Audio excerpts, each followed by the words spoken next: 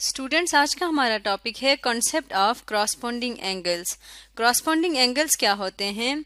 सबसे पहले हम एंगल्स के कॉन्सेप्ट को समझते हैं। एंगल्स को समझने के लिए हम इन दो लाइंस को कंसिडर करते हैं। फॉर एग्जांपल, ये हमारे पास दो डिफरेंट लाइंस हैं, तो एंगल्स हमें कैसे पता चलेगा? मैं मिसाल के तौर पे ये लाइन उठा के इस लाइन के ऊपर पेस्ट कर देती हूँ। तो अब ये दोनों एक दूसरे के ऊपर लाइन है, तो एंगल कैसे बनते हैं? एंगल हमें बताता है कि ये वाली लाइन दूसरी लाइन से कितना रोटेट कर रही है। एंगल हमें क्या बताता है? एंगल हमें रोटेशन बताता है। अब जब मैंने इस लाइन को यहाँ से उठा के आगे मैं लेके गई, तो जितना ये रोटेशन आता है, ये फॉर एग्जांपल इतना रोटेट किया है, ये किसको शो करेगा? ये एंगल को शो करेगा। तो आप जितनी रोटेशन करेंगे उतना ही, मतलब ये लाइन जितना इस लाइन से दूर होता जाएगा उतना ही एंगल बड़ा होता जाएगा। और इसका ये वाला पॉइंट हमेशा फिक्स रहेगा। एक पॉइंट को फिक्स रखना है और दूसरे पॉइंट को रोटेट करना है।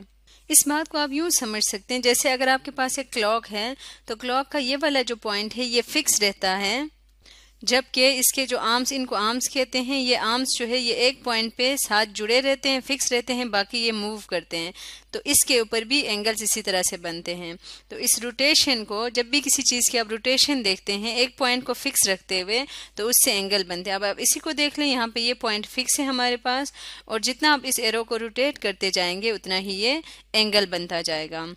तो इसीलिए एंगल को हम ये सर्कल में शो करते हैं, सर्कुलर सा, क्योंकि रोटेशन को शो कर रहे हैं। इस तरह से एंगल को हम डिनोट करते हैं। स्टूडेंट्स, अब हम देखते हैं कि क्रॉसपोंडिंग एंगल्स कैसे बनते हैं। ये तो एंगल का कॉन्सेप्ट हो गया कि एक लाइन का एक पॉइंट फिक्स रखें और दूसरे पॉइंट को पकड़ के आप रोटेट करें तो उससे एंगल बन जाता है।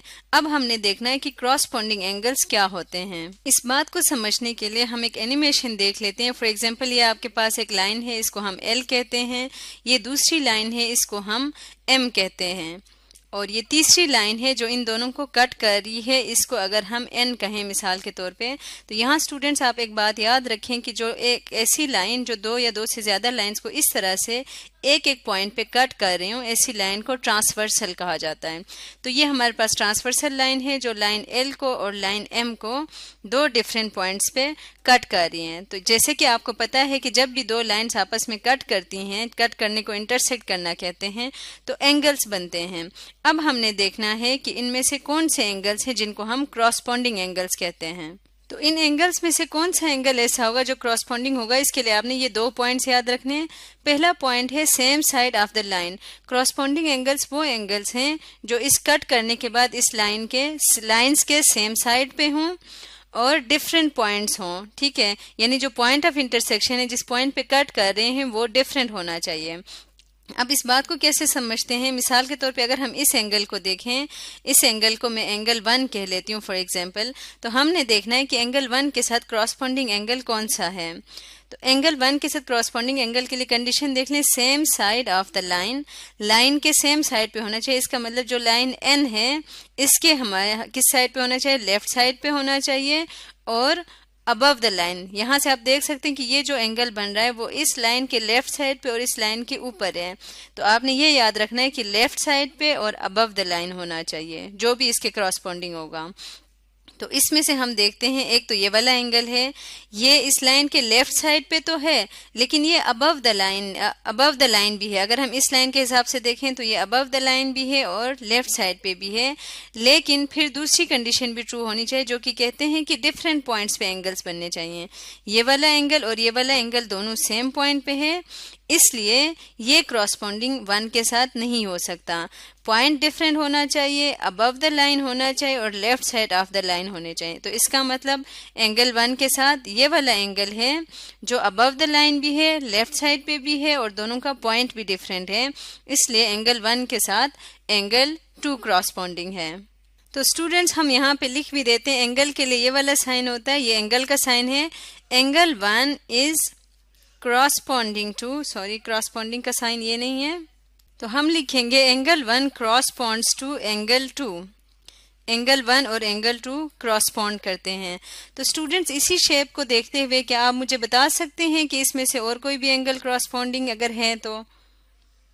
जी बिल्कुल, वेरी गुड। एक तो ये वाला एंगल, अगर मैं इसको एंगल 3 नाम दे दूं, तो आप देख सकते हैं इस एंगल की क्या पोजीशन है? बिलो द लाइन और left side of the line, line के लेफ्ट साइड पे और बिलो द लाइन। तो इसी के साथ और डिफरेंट पॉइंट पे होने चाहिए। दो चीज़ें हमने याद रखनी थी, एक तो पॉइंट डिफरेंट होना चाहिए था और एक जो है वो क्या होना चाहिए था, same side of the line होनी चाहिए थी। तो ये क्योंकि below the line left side of the line है और क्या है इस पॉइंट पे है, तो अगला क्रॉसपॉन्डिंग एंगल हमें इस पॉइंट पे देखना पड़ेगा, बिलो द लाइन, इस लाइन के नीचे और left side of this line. तो ये लेफ्ट साइड और बिलो द लाइन ये वाला एंगल बनता है, इसको मैं एंगल 4 कह रही हूँ। तो इसका मतलब एंगल 3 जो है वो क्या है, वो क्रॉसपॉन्डिंग है एंगल 4 के। तो इसको हम लिखते हैं एंगल 3 क्रॉसपॉन्ड्स टू एंगल 4। इसी तरह से और एंगल्स अगर हम ढूंढें तो यहाँ से आप देख सकते हैं कि अगर अब मैं, क्योंकि लेफ्ट साइड पे क्रॉसपॉन्डिंग एंगल सारे हमने लिख लिए, अब अगर मैं राइट साइड पे आती हूँ तो राइट साइड पे आप देख सकते हैं कि इस लाइन के राइट साइड पे और इस लाइन के अबव द लाइन ये एंगल है। इसको अगर मैं एंगल 5 कह दूँ तो एंगल 5 के क्रॉसपॉन्डिंग एंगल कौन सा होगा स्टूडेंट्स? वेरी गुड, ये वाला एंगल होगा। और ये क्यों होगा? क्योंकि सॉरी, इसको 5 नहीं, इसको 6 नाम दे देते हैं। ये इसलिए होगा क्योंकि ये भी अबव द लाइन है, left side right side of the line है और डिफरेंट पॉइंट्स पे है, दोनों कंडीशंस फुलफिल हो रही हैं, इसलिए एंगल 5 जो है वो क्रॉसपॉन्डिंग है एंगल 6 के। इसके अलावा स्टूडेंट्स और कौन से एंगल होंगे?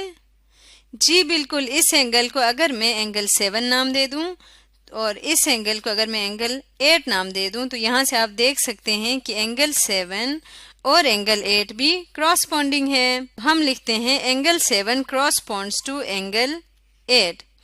तो इस तरह से स्टूडेंट्स क्रॉसपॉन्डिंग एंगल्स आप फाइंड आउट कर सकते हैं। तो स्टूडेंट्स क्रॉसपॉन्डिंग एंगल्स क्या होते हैं? ऐसे एंगल्स जो same side of the line पे लाई करें, यानी लाइन के सेम साइड पे हो और डिफरेंट पॉइंट्स पे हों, यानी पॉइंट ऑफ इंटरसेक्शन दोनों का सेम नहीं होना चाहिए।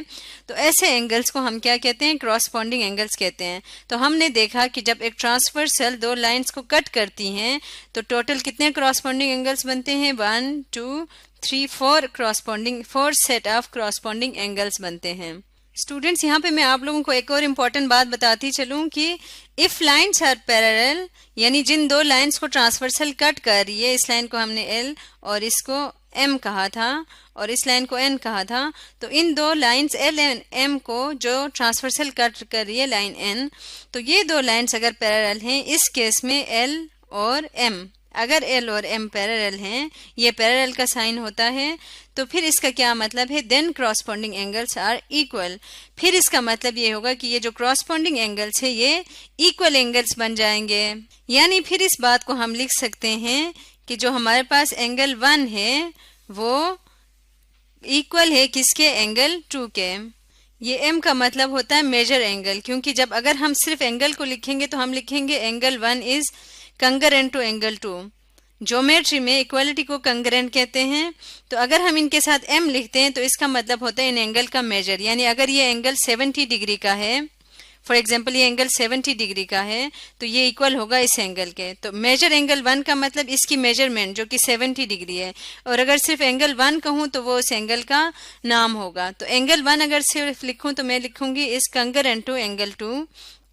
इसी तरह से इसको हम लिख सकते हैं angle 3 is concurrent to angle 4, और इसको हम लिख सकते हैं angle 5 is concurrent to angle 6, और लास्ट में हम लिख सकते हैं कि angle 7 is concurrent to angle 8। और ये कंकरेंट किस केस में होगा? कंकरेंट का मतलब इक्वल, अगर लाइंस जिनको ट्रांसवर्सल कट कर रही वो लाइंस अगर पैरेलल हों। तो स्टूडेंट्स, आज हमने क्रॉसपॉन्डिंग एंगल्स के बारे में पढ़ा।